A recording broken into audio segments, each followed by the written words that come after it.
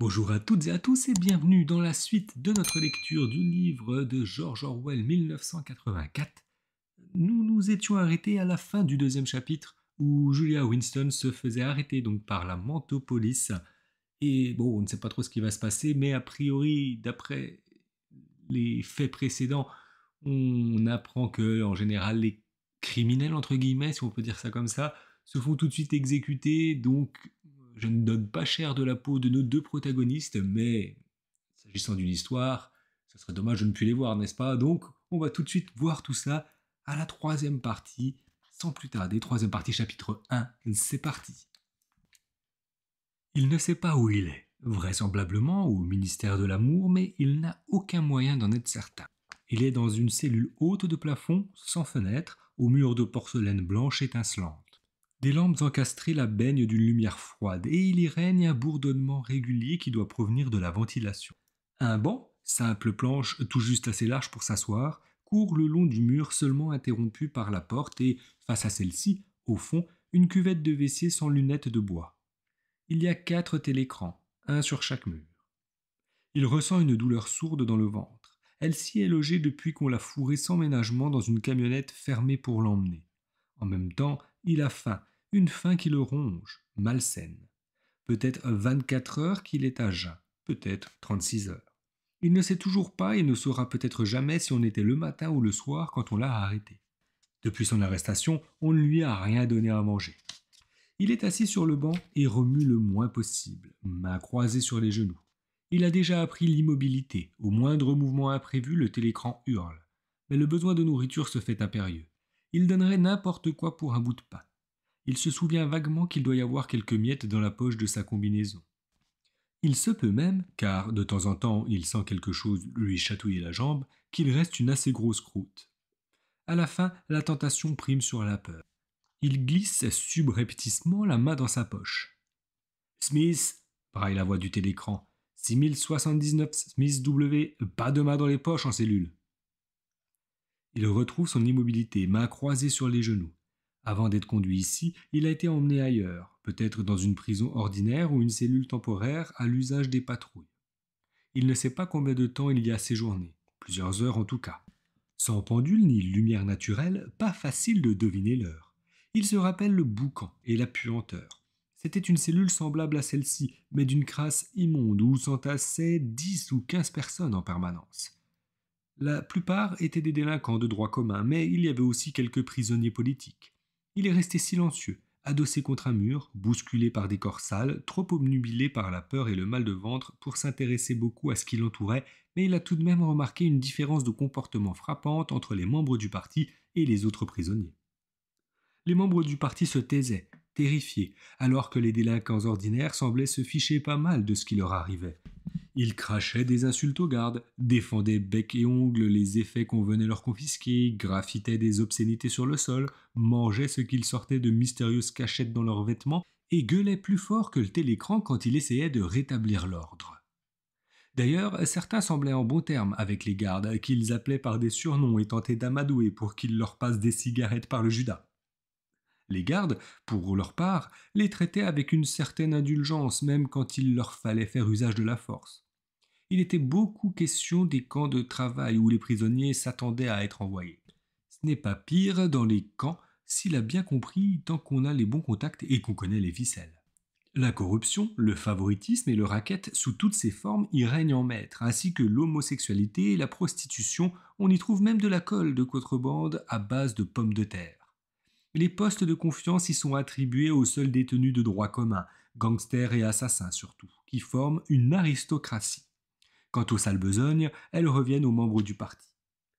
Il y avait dans cette cellule un va-et-vient constant de prisonniers de tout poil, passeurs de drogue, voleurs, bandits, trafiquants au marché noir, ivrognes et prostituées. Certains poivreaux étaient si violents que les autres prisonniers devaient se mettre à plusieurs pour les neutraliser. Est arrivée une femme d'une 60aine d'années, monumentale épave, avec d'énormes seins tombants et de grosses mèches de cheveux blancs échappées de son chignon au cours de la mêlée. Elle se débattait, en effet, hurlante, traînée par 4 gardes, un pour chacun de ses membres. Comme elle tentait de leur donner des coups de pied, ils lui ont arraché ses galoches et l'ont balancé tel un sac à linge sale sur les genoux de Winston, au risque de lui casser les jambes. La femme s'est redressée tant bien que mal et leur a lancé un fils de... Puis, s'apercevant qu'elle était assise sur une surface quelque peu irrégulière, elle s'est laissée glisser sur le banc. Je te demande pardon, mon petit, j'ai pas fait exprès de m'asseoir sur toi. C'est ces connards qui m'ont flanqué là. Ils savent pas traiter les dames, hein? Elle a marqué un temps, s'est tapoté la poitrine et a arrêté. Pardon, je suis pas dans mon assiette, moi. Elle s'est penchée en avant pour vomir copieusement sur le sol. Ah, ça fait du bien, a-t-elle dit en s'adossant de nouveau au mur, paupières closes. Moi, je dis toujours, faut rien garder sur l'estomac, faut pas que ça mijote, faut que ça sorte. Revigorée, elle s'est tournée vers Winston pour mieux le voir, et apparemment, il lui a plu tout de suite. Elle lui a passé son bras épais autour des épaules et l'a attiré à elle en lui soufflant son haleine chargée de bière et de vomi à la figure. Comment que tu t'appelles, mon petit? Smith. Smith, ça alors, c'est marrant, moi aussi je m'appelle Smith. Ben, a-t-elle ajouté sur un ton attendri, je pourrais être ta mère. Elle pourrait, en effet, s'est-il dit. Elle a l'âge et le physique, et on peut compter que les gens changent en 20 ans de camp. Personne d'autre ne lui a adressé la parole. Il constate avec étonnement que les droits communs n'ont que faire des prisonniers du parti. Il les appelle les politicos, avec une indifférence méprisante. Il a eu l'impression que les prisonniers du parti avaient une peur bleue de parler à qui que ce soit et surtout à leurs camarades. Une seule fois, alors que deux femmes étaient tassées l'une contre l'autre sur le banc, il a surpris dans le vacarme quelques mots chuchotés précipitamment, en particulier une allusion à une certaine salle 101, SANG-UN, qu'il n'a pas comprise. Il y a peut-être 2 ou 3 heures qu'on l'a conduite ici. La douleur sourde dans son ventre ne cesse jamais. Tantôt elle s'aggrave, tantôt elle diminue, et son champ de conscience s'ouvre et se ferme à proportion. Quand la douleur augmente, elle l'obnubile en même temps que sa fringale. Sitôt qu'elle décroît, il cède à la panique. Il y a des moments où il voit ce qui va lui arriver avec un réalisme qui lui coupe le souffle et accélère les battements de son cœur. Il sent les matraques s'écraser sur ses coudes, les bottes ferrées cogner des tibias. Il se voit se rouler par terre pour crier grâce entre ses dents fracassées. Il ne pense guère à Julia. Il n'arrive pas à fixer son attention sur son sort. Il l'aime, il ne voudrait pas la trahir. Mais ce n'est qu'un fait qu'il connaît comme il connaît les règles de l'arithmétique. Il ne l'éprouve pas, cet amour, et il ne demande guère quel traitement elle est en train de subir. Il pense plus souvent à O'Brien avec une lueur d'espoir. O'Brien doit savoir qu'il a été arrêté. La fraternité ne porte jamais secours à ses membres, a-t-il dit, mais il reste la lame de rasoir. Ils lui enverront une lame de rasoir s'ils le peuvent. Il s'écoulera peut-être 5 secondes avant que les gardes fassent irruption dans la cellule. La lame mordra la chair froide et brûlante à la fois, et les doigts qui la tiendront se couperont eux-mêmes jusqu'à l'os. Tout se ramène à son corps malade, qui se ratatine et tremble à la moindre douleur. Rien ne dit qu'il s'en servira de cette lame de rasoir, à supposer qu'il en ait la possibilité. Il paraît plus naturel de continuer à exister au fil de l'instant, d'accepter une rallonge de vie de 10 minutes, même avec la certitude que la torture est au bout. Parfois, il essaie de calculer combien il y a de carreaux de porcelaine dans la cellule. Ce devrait être facile, mais il perd toujours le compte à un moment ou à un autre. Le plus souvent, il se demande où il est, quelle heure il est. Tantôt il est persuadé qu'il va faire grand jour dehors, tantôt il est tout aussi convaincu qu'il fait nuit noire. Ici, il le sait d'instinct, la lumière ne va jamais s'éteindre. Il y est, dans ce lieu où il n'y a pas de ténèbres. Il voit pourquoi O'Brien a semblé saisir l'allusion. Il n'y a pas de fenêtre au ministère de l'Amour. Sa cellule peut se trouver au cœur de l'édifice, comme au ras de la façade, 10 étages au-dessus du sol, 30 au-dessous. Il se déplace mentalement d'un point à l'autre et tente de deviner par les sensations de son corps s'il est perché dans les hauteurs ou enfoui dans les entrailles de la terre. Un piétinement de bottes se fait entendre dans le couloir. La porte s'ouvre avec un claquement métallique. Un jeune officier à la silhouette impeccable, tout de cuir noir vêtu, uniforme étincelant et dont le pâle visage géométrique évoque un masque de cire, entre d'un pas décidé. Il fait signe aux gardes derrière lui d'amener le prisonnier qu'ils escortent. Le poète Ampleforth arrive en traînant les pieds. La porte se referme en ferraillant de nouveau. Ampleforth esquisse un ou deux mouvements indécis, comme s'il cherchait quelque autre porte à franchir pour sortir. Puis, il se met à arpenter la cellule. Il n'a pas remarqué la présence de Winston, car ses yeux troublés considèrent le mur à environ 1 mètre au-dessus de sa tête. Il n'a pas de chaussures et ses grands orteils sales sortent par les trous de ses chaussettes. Il y a plusieurs jours qu'il ne s'est pas rasé. Une barbe broussailleuse lui couvre le visage jusqu'aux pommettes et lui donne une mine patibulaire qui s'accorde mal avec son grand corps mou et ses gestes craintifs. Winston tâche de se tirer de sa léthargie. Il faut qu'il parle à Ampleforth au risque de faire glapir le télécran. Il n'est pas exclu que l'homme soit porteur de la lame de rasoir. Ampleforth. Le télécran ne glapit pas. Ampleforth marque un temps, vaguement surpris. Il fixe lentement le regard sur Winston. « Ah, Smith, toi aussi ?»« Tu es là pourquoi ? À dire vrai ?» Il s'assied gauchement sur le banc en face de Winston. « Il n'y a qu'un délit, hein ? Et tu l'as commis ? Il faut croire, hein ?» Il se prend le front et appuie sur ses tempes comme s'il faisait un effort pour se souvenir. « Ça peut toujours arriver. J'ai réussi à me rappeler un cas possible. C'était un faux pas, sans aucun doute. Nous étions en train de mettre au point une édition définitive des poèmes de Kipling, et j'ai laissé le mot God en fin de vers. Je n'ai pas pu faire autrement, » ajoute-t-il avec un fond d'indignation, visage levé vers Winston. Impossible de changer le vers, le mot rimait avec Rod. Tu te rends compte ? Il n'y a que 12 rimes en Rod en anglais. Je me suis creusé la tête pendant des jours. Il n'y avait pas d'autre rime possible. L'expression de son visage a changé. La contrariété en a disparu et pendant un instant, il a l'air presque content. Une sorte d'enthousiasme cérébral, joie du cuistre qui vient de découvrir un détail qui n'intéresse que lui, éclaire sa physionomie malgré la crasse et la tignasse hirsute. Est-ce que tu t'es déjà dit que toute l'histoire de la poésie anglaise est déterminée par le fait que notre langue manque de rimes ? Non, cette idée n'est jamais venue à Winston et, en la circonstance, il n'est pas persuadé qu'elle soit capitale. Tu sais quelle heure il est ? Ampleforth paraît étonné, de nouveau. Je n'y ai guère pensé, ils sont venus m'arrêter il y a 2 jours, 3 peut-être. Il parcourt les murs du regard, comme s'il s'attendait plus ou moins à y rencontrer une fenêtre. On ne fait pas la différence entre le jour et la nuit ici, je ne vois pas comment on saurait quelle heure il est. Il parle quelques minutes, à bâton rompu, puis, sans raison apparente, le télécran leur impose silence d'un coup de gueule. Winston reste assis sans rien dire, mains croisées. Ampleforth, trop corpulent pour tenir confortablement sur le banc, change de position et entoure d'une main molle son genou droit puis son genou gauche. Le télécran lui aboie de se tenir tranquille. Le temps passe. 20 minutes, 1 heure, difficile à dire. De nouveau, un bruit de bottes dans le couloir. Le ventre de Winston se noue. Bientôt, très bientôt, dans 5 minutes, tout de suite peut-être, le piétinement annoncera que c'est son tour. La porte s'ouvre. Le jeune officier à la physionomie glaciale fait son entrée dans la cellule. D'un geste bref, sa main désigne Ampleforth. « Salle 101 » dit-il. Ampleforth sort gauchement entre les gardes, vaguement troublé, sans comprendre. Winston a l'impression qu'il se passe longtemps. Son mal au ventre s'est réveillé, ses pensées tournent en boucle, poussives, comme une boule qui retomberait perpétuellement dans les mêmes cases. Il n'entretient qu'une demi-douzaine d'idées. Son mal au ventre, un bout de pain, le sang et les hurlements. O'Brien, Julia, la lame de rasoir. Son ventre se contracte de nouveau, les lourdes bottes approchent.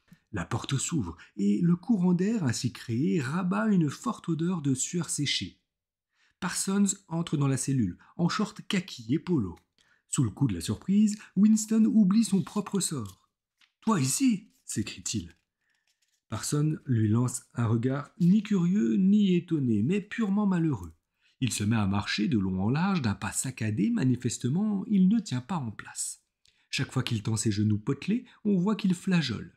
Il a les yeux écarquillés et le regard fixe, comme s'il ne pouvait s'empêcher de contempler un objet au second plan. « Tu es là pourquoi ?» demande Winston. « Ment au crime » répond Parsons, des sanglots dans la voix. Le ton implique à la fois la pleine reconnaissance de sa culpabilité et une sorte d'horreur incrédule à l'idée que le mot puisse s'appliquer à lui. Il s'arrête en face de Winston et le prend à témoin de manière vibrante. « Ils ne vont pas me fusiller, d'après toi, mon vieux. Il te fusille pas si tu n'as rien fait, parce que les pensées, ça se commande pas. J'aurai un procès équitable, c'est sûr. Pour ça, je leur fais confiance. Ils auront mon dossier, hein? Toi, tu sais quel genre de type j'étais. Pas le mauvais gars à ma façon, pas brillant, ça d'accord, mais appliqué. Je me suis mis en 4 pour le parti, non? Je vais m'en tirer avec 5 ans, tu crois pas? Ou même 10. Un gars comme moi, ça peut se rendre utile dans un camp de travail. Ils vont pas me fusiller pour avoir déraillé une seule fois. Tu es coupable? Bien sûr que je suis coupable, s'écrie Parsons en lançant un regard servile au télécran. Tu crois quand même pas que le parti arrêtera un innocent? Son faciès de grenouille s'apaise et s'auréole même d'une sorte d'onction. Le mentocrime est une abomination, mon vieux, énonce-t-il d'un ton sentencieux. C'est insidieux, ça s'empare de toi sans même que tu t'en rendes compte. Tu sais comment ça m'a pris? Dans mon sommeil. Et oui, c'est comme ça. J'étais là à travailler comme une brute, à essayer de faire ma part sans savoir que je pensais à mal. Et puis je me suis mis à parler en dormant. Tu sais ce qu'il m'a entendu dire? Il baisse la voix comme quelqu'un qui s'est forcé de proférer des obscénités pour une raison médicale. Ah bah Big Brother. Et oui, j'ai dit ça, moi, et pas qu'une fois apparemment. Entre nous, mon vieux, je suis content qu'il m'ait coincé avant que ça aille plus loin. Tu sais ce que je vais leur dire au tribunal? Merci. Je vais leur dire merci de m'avoir sauvé avant qu'il ait été trop tard. Mais qui t'a dénoncé? C'est ma petite, répond Parsons avec une fierté dolente. Elle écoutait par le trou de la serrure, elle m'a entendu et elle a filé à alerter les patrouilles le lendemain même. Elle est futée, hein, pour une gamine de 7 ans. Je n'en veux pas, je suis même fier d'elle, en tout cas, ça montre que je l'ai élevée comme il faut. Il a encore quelques mouvements saccadés et regarde plusieurs fois le siège des WC avec envie. Puis, il baisse précipitamment son short. Excuse, vieux, je peux pas me retenir, c'est l'attente. Il pose son gros postérieur sur le siège, Winston se cache le visage dans les mains.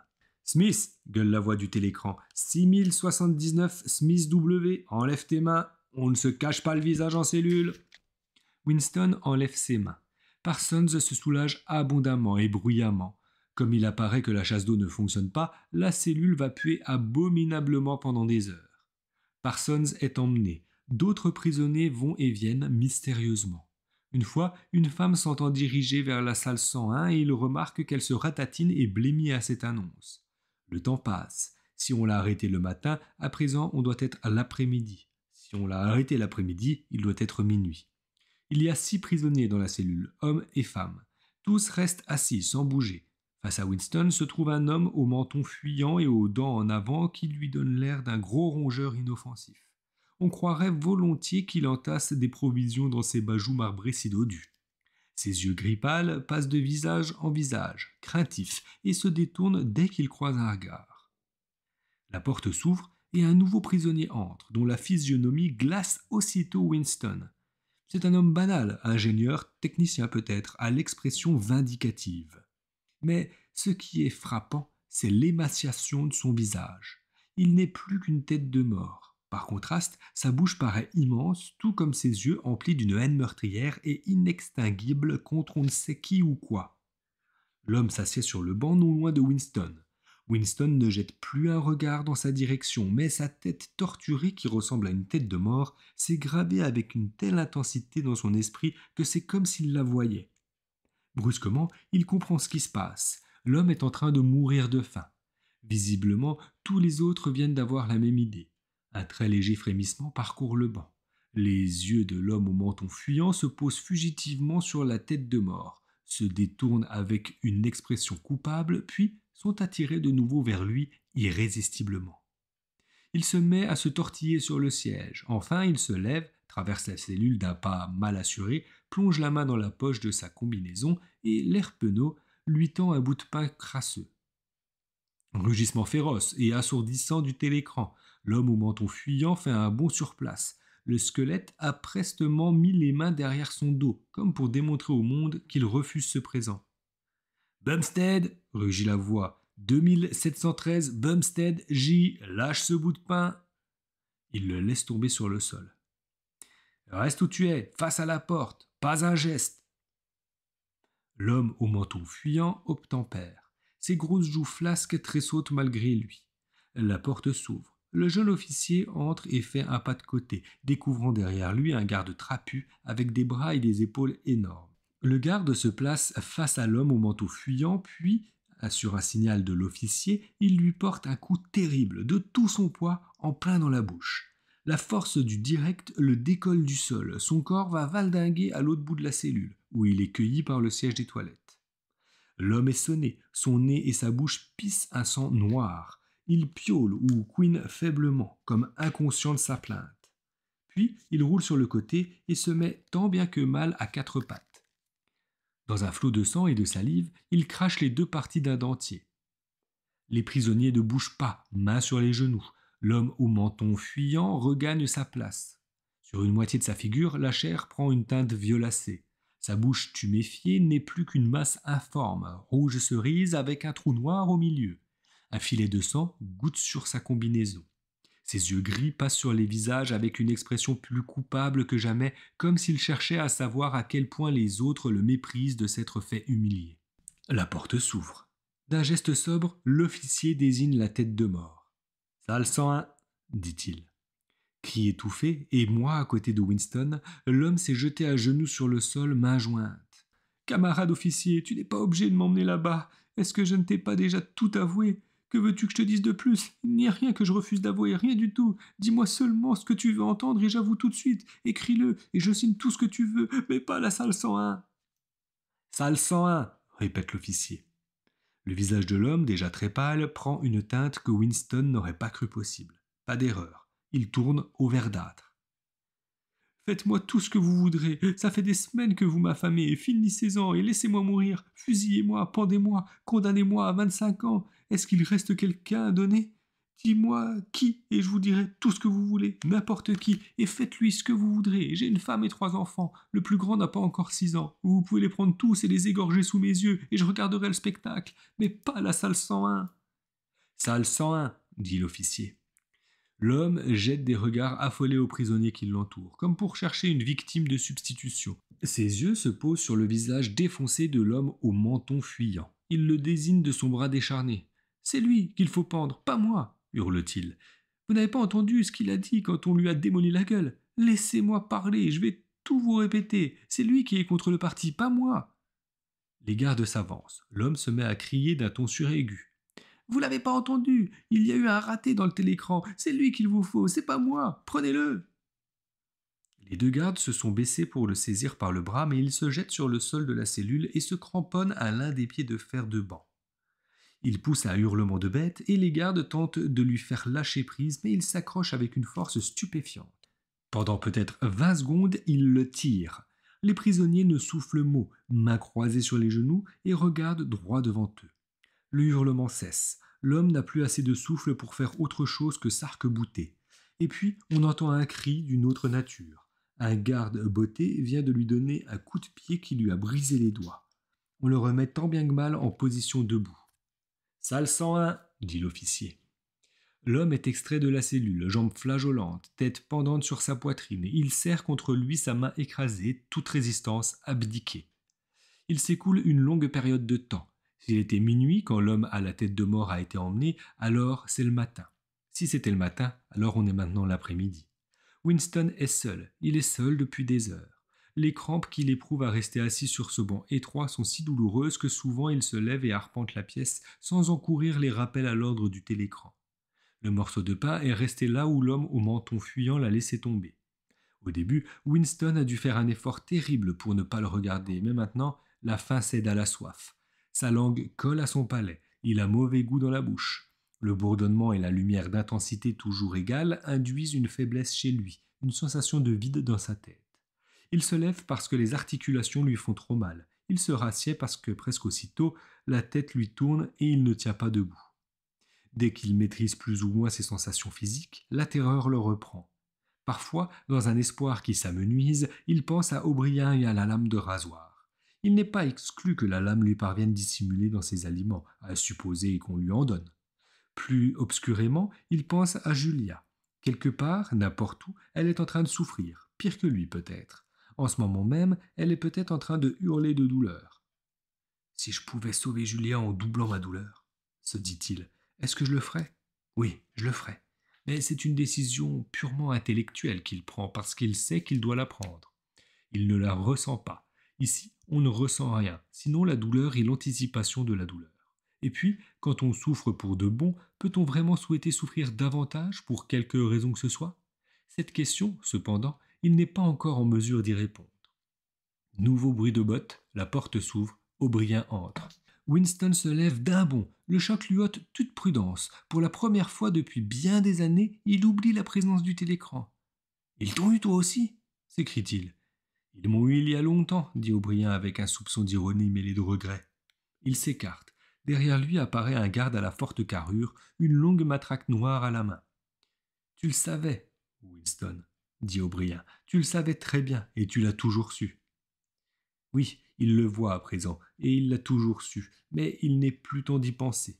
Il n'a Dieu que pour la matraque dans la main du garde. Elle peut s'abattre n'importe où, sur le haut de son crâne, sur le coin de son oreille, sur son bras, sur son coude.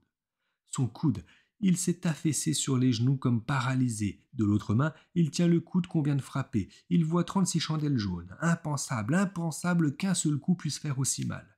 La lumière blanchit de nouveau et il distingue les deux hommes penchés sur lui. Le garde rit de ses contorsions.